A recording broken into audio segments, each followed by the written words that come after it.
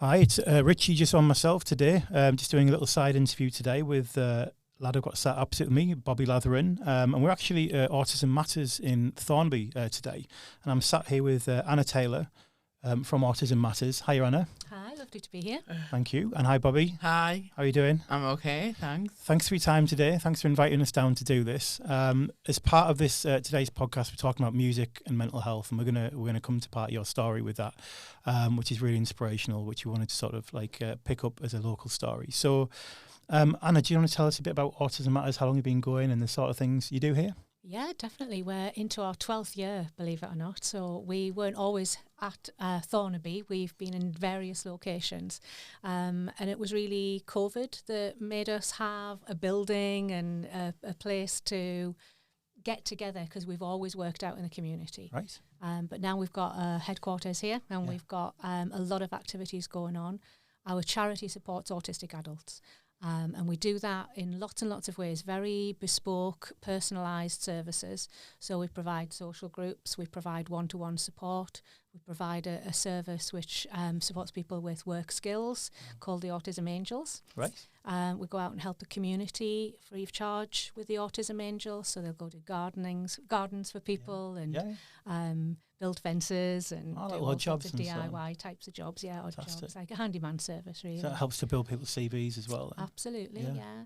It's a huge venue you've got it. We're sort of, I'm going to say Mandale Triangle, which a lot of people will know locally, but it's pretty much that area, isn't it, as well? Easy to get to, though, and kind of... Yeah, we're right next to the train station, which really helps. I mean, we do provide transport, so a lot of the people who access our services are picked up and brought in or taken to wherever we're going, wherever our community services at that particular time, because we like to be out in the community working with people and working in local venues, supporting the local economy.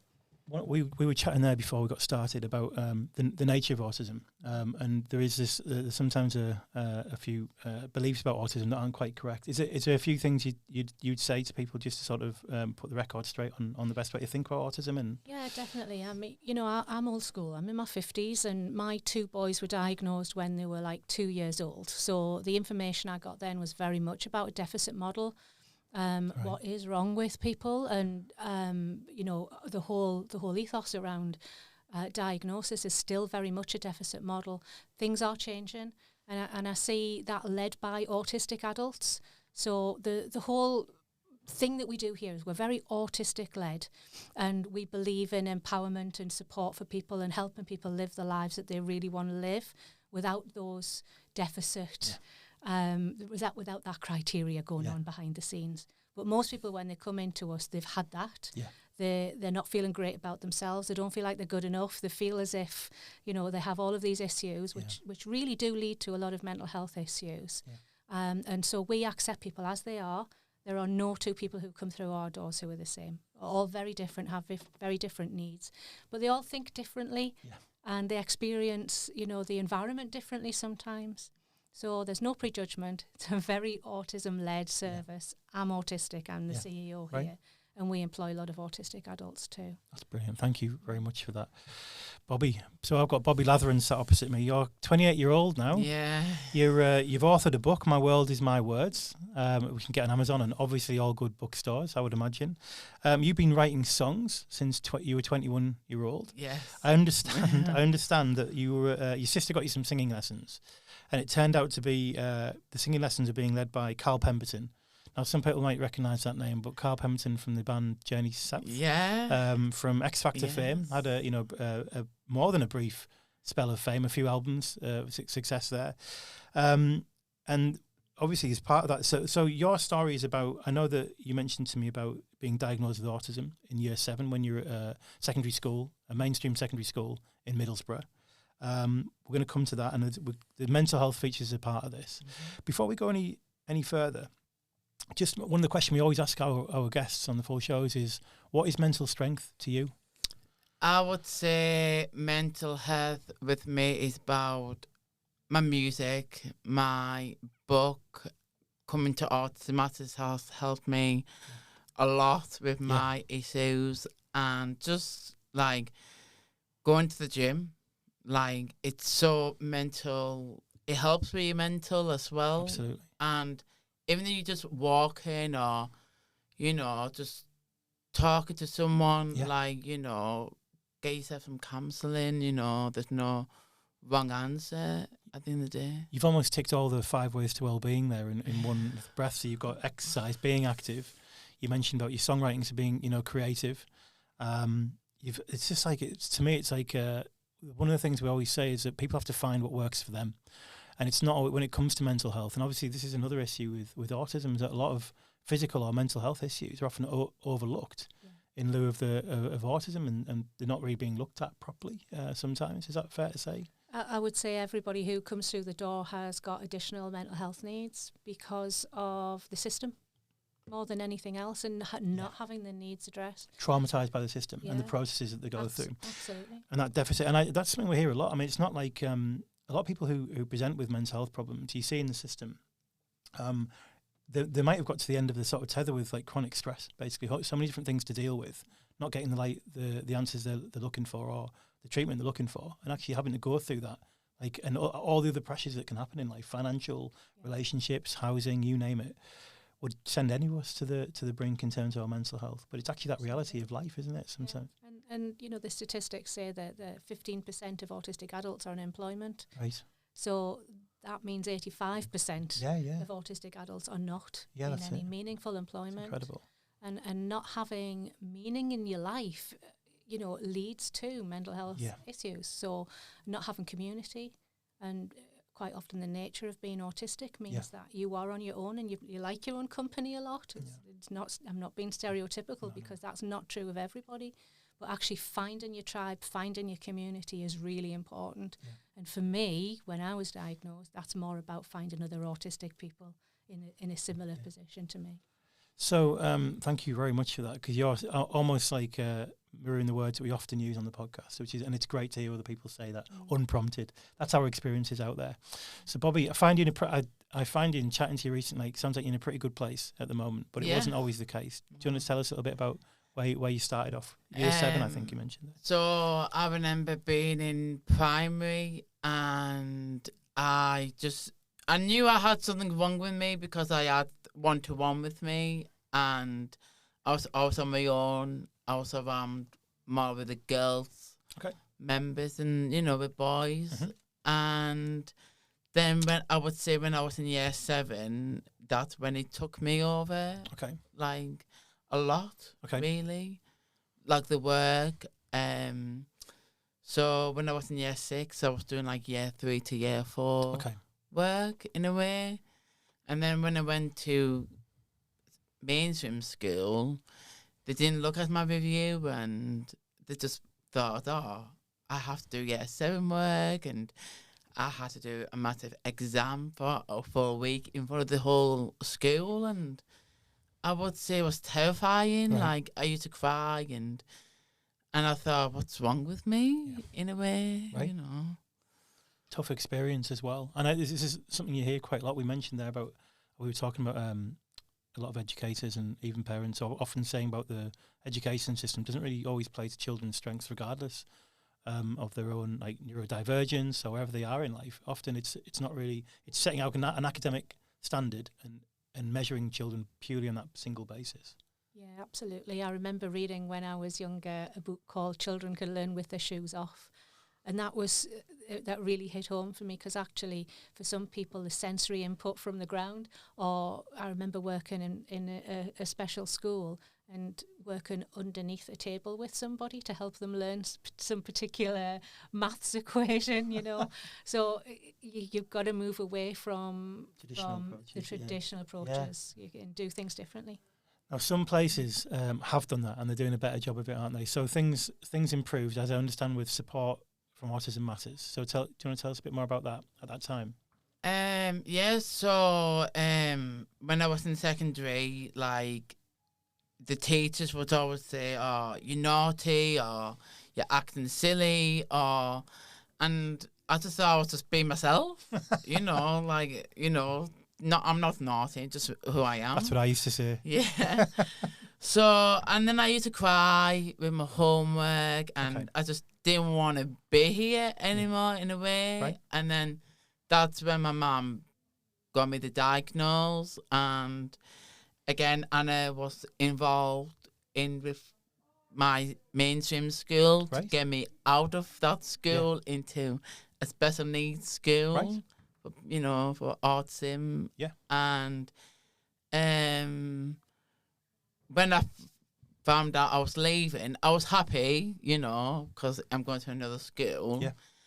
And I would say with the autism school, it was good, but it was a bit too laid back, in my own way. Right.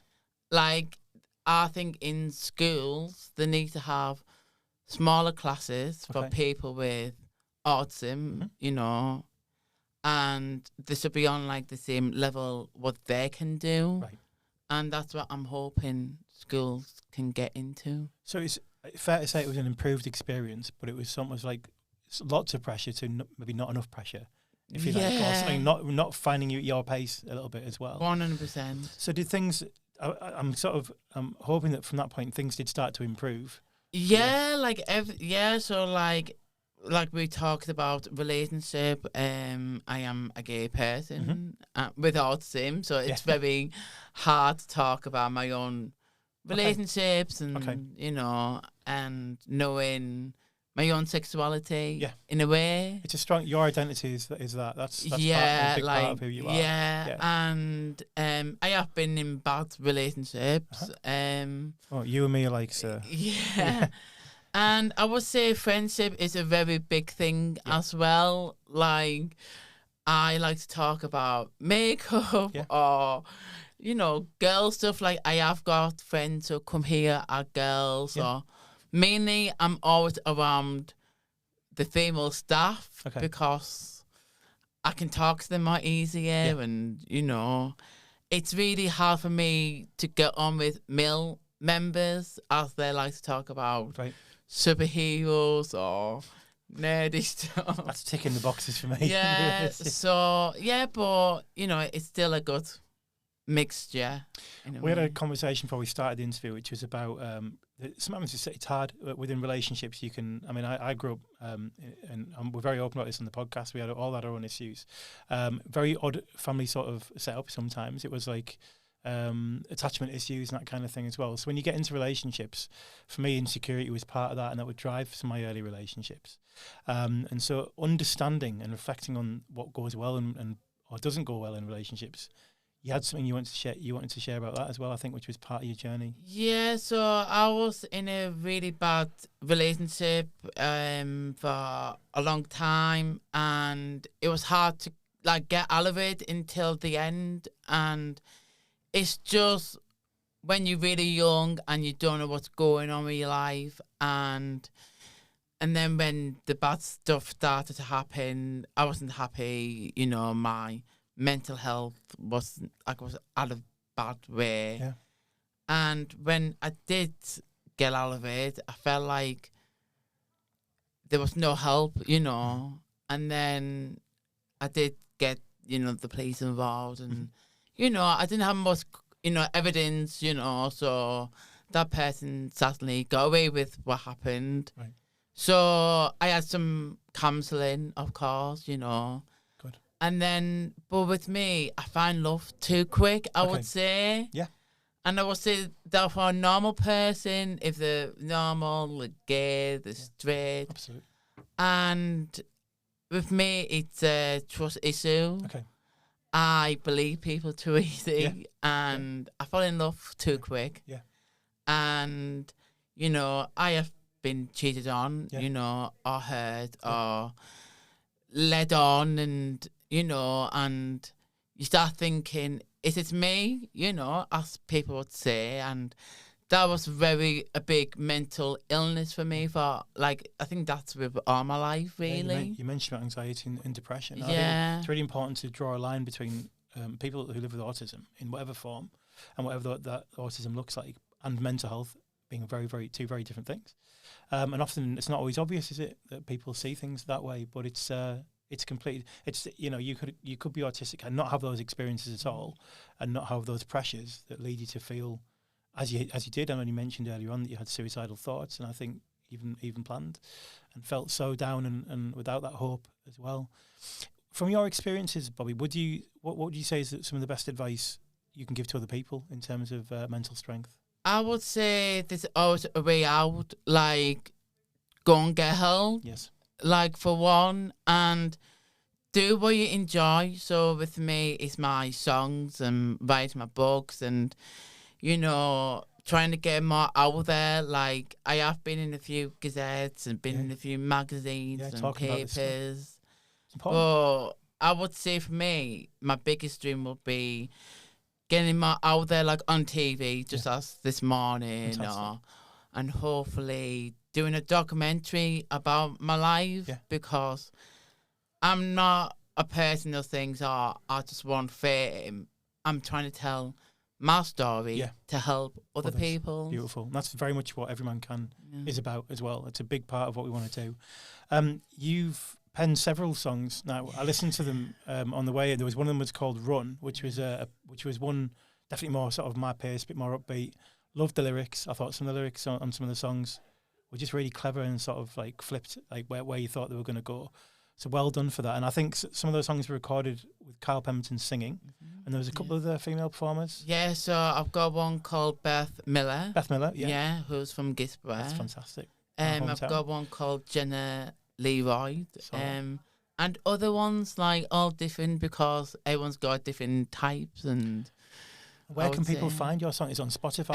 Spotify, Apple Music, YouTube, all different streams. Fantastic. Really. And you've given me a link there, and we'll make sure that goes into the information with the podcast as well. So if anyone wants to listen to what you've got and put some comments on there, even better. So with my latest song, Missing You, I've given it to Autism Matters for the charity because we lost a member just over a year ago, and we were like, I thought it was a dream. Do you know what I mean? Because one day you see them, and then one day anything can happen. Absolutely can. And he helps me with my music videos and my lyrics, and I just thought, we both went to Autism Matters, and I want to give back. Really sorry to hear that, but thank you for sharing it. I know it's difficult. I lost a friend myself in my late 20s, and he died in a car accident. And so I absolutely can understand that one day they're there, and the next day it's really tough. Yeah. It's really tough. There's something, I'm not saying this would be the same for everyone, but there's something about that difficulty that I found strength in later as well, in terms of being able to help others to have that conversation. So just sharing it. Yeah. And many psychologists and people who are really in the know about these things is that sharing the difficulties you're going through is 99% of it. It really is. Once you can overcome that, and if you share it with the right people, there's help there. But if you don't ask for it, you'll never get it, will you? No. Because no one will ever know. So with me, I try and keep everything to myself, as Anna would say, and because I don't want people to think, if I tell my story, it's like, it's Bobby, do you know what I mean? Like, so I write songs instead. Yeah. And so I've done songs for like the Manchester bombing. Yeah. I've done my own relationships, and that's a way out. This you don't need to do bad things or think about the dark side. There is always a way. It's very personal out, and that's why I'm trying to tell my story as much as I can. It's really, really nice to spend time and listen to you talk about this as well. So I understand you're working part-time now at the Brickyard Bakery in Middlesbrough, their new bakery in Dundas Arcade, just near the Live Well Centre, one of the places I'm based from. And you're going to be doing some volunteering soon as well? Yes, on the radio. Yeah. I've always loved music since I was little, and my biggest dream would be like working on the radio one day. So it's a way in for me. Yeah. So hopefully I'll be doing some presentings and mixing music. Fantastic. So I'm looking forward to that. We'll put some contact details on for you, if that's okay, Yeah. with the podcast. If anyone wants to get in touch with you, talk about any of these things in more detail 100%. As well. So you find your mental strength from your music, from your writing, from your songwriting. Obviously, you've written your book there. I think you were talking about penning another one as well. And it's just fantastic. I'm just really pleased to be able that you're here to be have that conversation with after all your difficulties, and really appreciate your time today. And thank you, Anna, as well, for the work you're doing. Is there any other, I think it's probably a good place to finish. If anyone is listening to this and kind of has a child or as an adult themselves and are struggling with the nature of what could be autism, what would be your advice? Reach out. Okay. Definitely reach out. We've got so much access now to information. When I was looking for information, there was nothing. There wasn't even an internet in those days. Yeah. But now when you Google autism, you get tens of millions of hits. So it's sometimes you've got to look at the quality of that information. Yeah. There's national charities you can get information from, and they hold all of the organisations across the UK. So wherever you are in the country listening, if you go onto the National Autism Society website, they will then guide you and signpost you to organisations in your own particular area. Perfect. That's wonderful. And of course, Autism Matters in Newcastle and Teesside being one of them. Absolutely. Yeah. Thank you both. That's really inspirational. Wish you both best for the future, and we'll wrap it up there. Yeah. Go back to myself and the other two now, carrying on with the conversation with Nick Abel. Thanks both. Thank you. Thank you.